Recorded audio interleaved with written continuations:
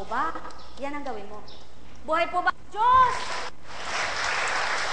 Sapagkat subukan din po ninyo na may nakagalit kayo. Dili kaya na may nagalit sa inyo. At pagkatapos niyang nagalit ay nilimot mo na ang ginawa niya sa'yo.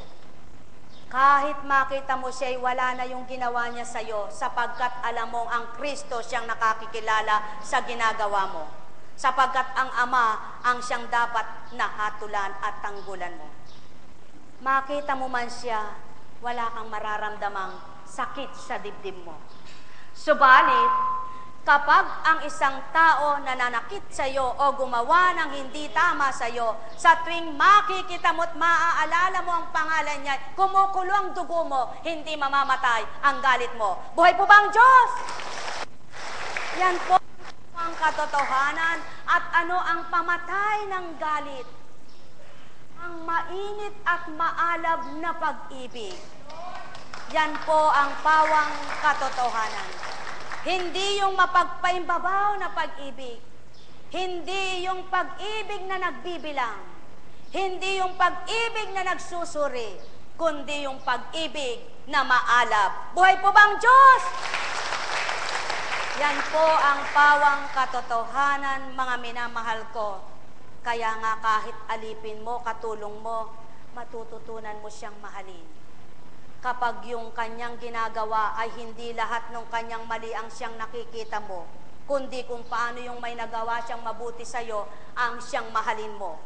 Sapagkat sa unti-unti mong pag-ibig sa kanya dahil sa ginawa niya sa'yo, bagamat binabayaran mo, mawawala ang galit mo sa maling ginagawa niya hanggang maituwid mo sa mabuting gagawin niya. Buhay po ba ang Diyos?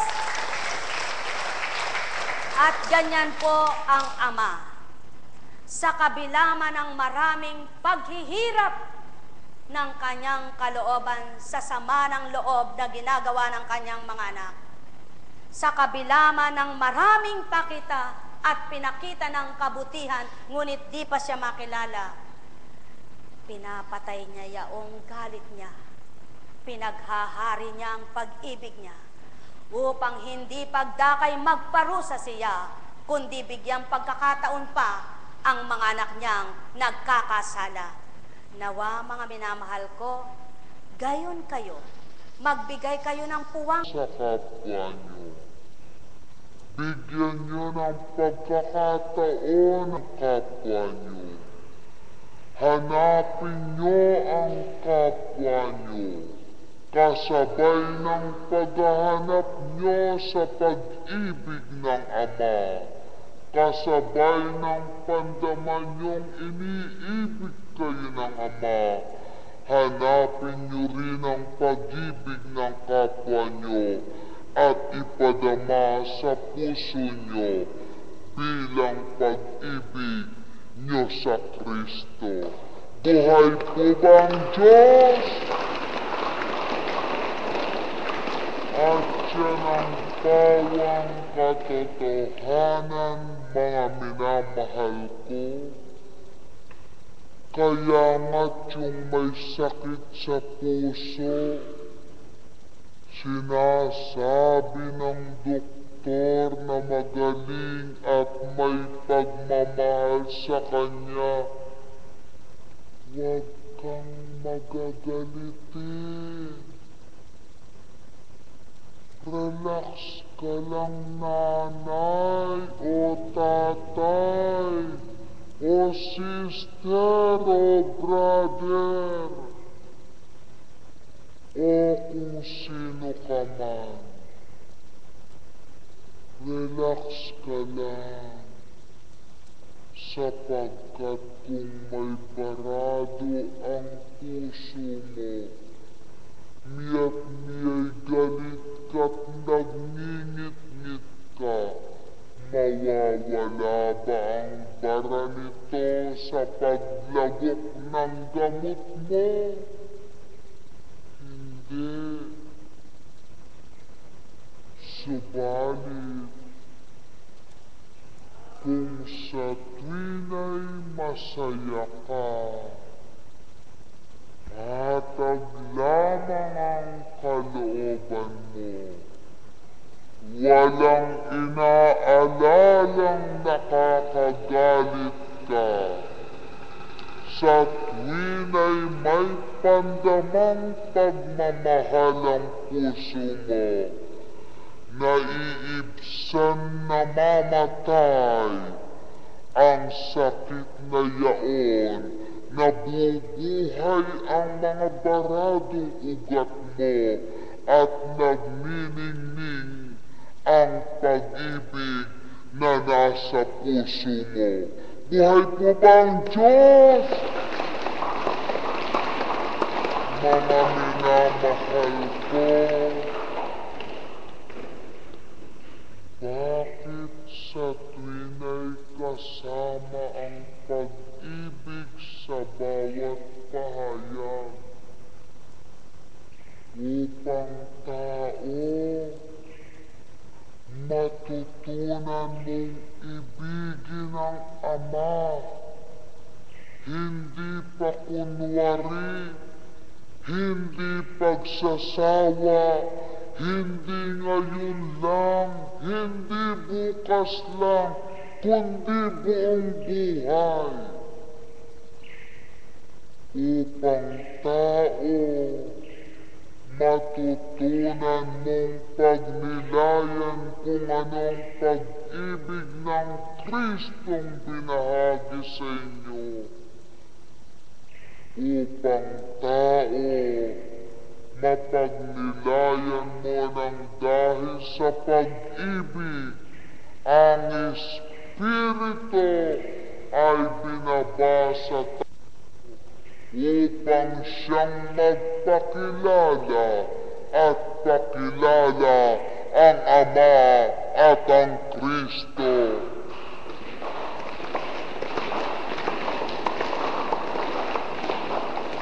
Mga minamahal ko,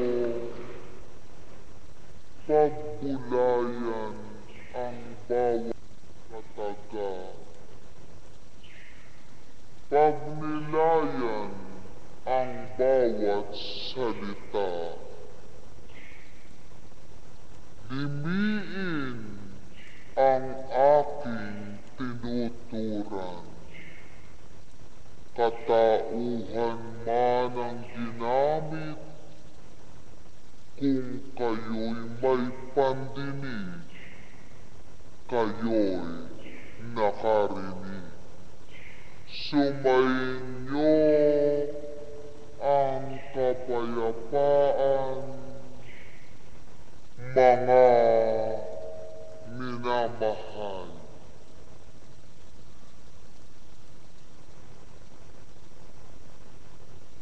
Buhay po ba ang Diyos?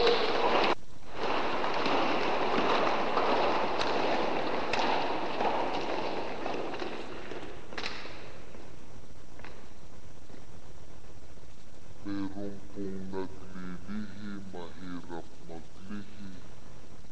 Hindi po ba?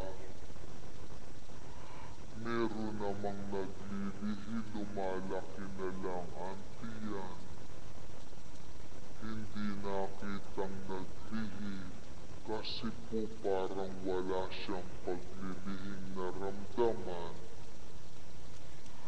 Meron namang babaeng umilab lang, lumabas na yung anak niya. Wala nang umabot na hilot o dilikaya'y kumadrona. Meron namang hirap na hirap sa paglilibor siya. Kung ano-ano na ang ginawa sa kanya, hindi pa rin lumabas. Nung una pong panahon, wala namang biyak-biyak. Wala pong cesarean noon. Puro normal ang panganganak. Pero may namamatay din pong nanganganak noon. Kaya lamang po takda-takda rin. Di po ba? Mga minamahal ko, ano pong ibig ituran sa inyo ng Panginoon. Ganyan lamang mga minamahal ko. Sa pagluwal man ng tao sa sanlibutan ito, iba't iba ang daramdamin ng isang ina. At kung mapagmahal ang asawa, mahahabag siya sa kanyang asawa sa nararamdaman ng kanyang kabiyak sa paglilihi, pagbubuntis, panganganak ng kanilang anak. Kung ikaw tao, nararamdaman mo dahil mahal mo ang kabiyak ng puso mo sa diraramdam ng iyong asawa para sa inyong anak na pinagsiping ninyo't pinagkatasan ng inyong dugo at laman. Ang ama pa kaya na mismo lahat ng tao ay siya ang may kalooban nito, ang hindi masaktan, mahirapan, kapag nakikita niyang ang kanyang anak ay nagdurusa. Subalit bakit nga po ba nagaganap ito? Pagnilayan niyo na lamang po. Mayroong naglilihi na, nagbubuntis na, subalit hindi pa niya matanggap na siya ay buntis. Ang sasabihin ay dugo pa lang. Iinom ng iba't ibang uri ng gamot o dahon-dahon para nang sa gayon ay malaglag. Subalit hindi pa rin nalalaglag. Meron naman pong inom ng mga gamot para magbuntis, hindi po nabubuntis. Meron namang nagpapahilot para mapwestong matris. Meron namang nagpapahilot para malaglag ang anak. Pagnilayan niyo po ang gawa ng tao sa mundo. Pagnilayan niyo pong katotohanan at mayroon pong umiinom ng contraceptive, purihin ng ama na buntis naman siya. Hindi po ba't maliwanag ang katotohanan na pinatutunayan ng ama na anuman ang gawin mo tao, ang sa akin pa rin ang mananaig. Ang kapangyarihan ko pa rin sa buhay na dapat ay ako ang may-ari nito. Hindi po ba? Kaya nga po, ilan na nga po ba ang pasyente rito na umiinom ng pills, ngunit nagbuntis? Injectable, ngunit buntis. Anong ibig sabihin yan? Pinatutunayan lamang ng ama anuman ang gawin, sa kanya pa rin ang buhay at siyang nagbibigay ng sanggol sa sinapupunan ng tao. Buhay po ba ang Diyos?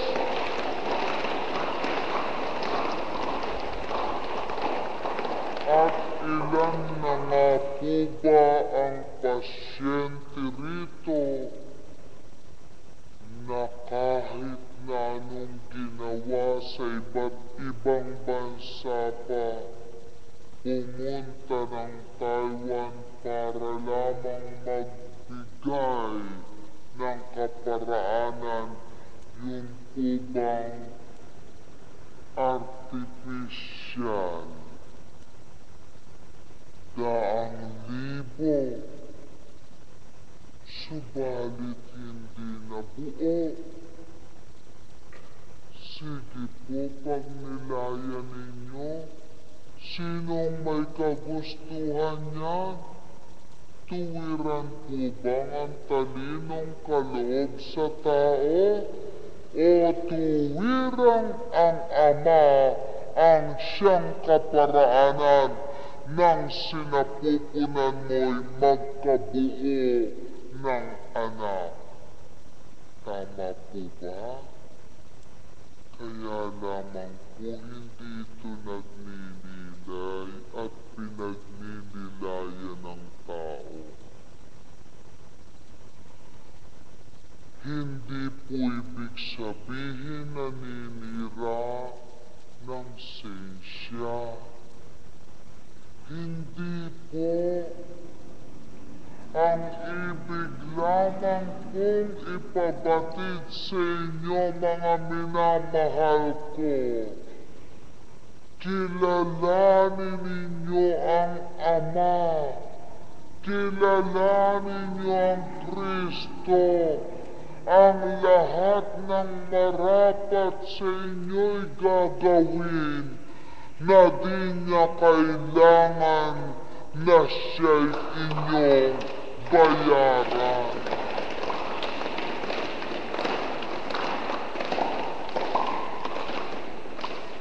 Nagpapakilala at nagpakilala, nagpapakilala pang lubos ang Espiritu ng Ama na kapag siya ang tinanggap sa pangalan ng Anak, tatanggapin mo rin ang tuwirang galang. Buhay po ba ang Diyos?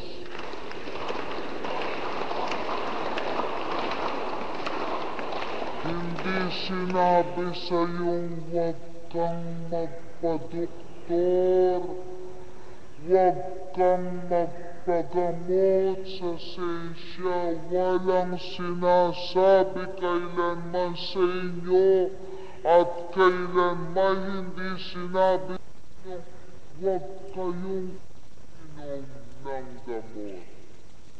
Ang sinasabi po sa inyo, yung laban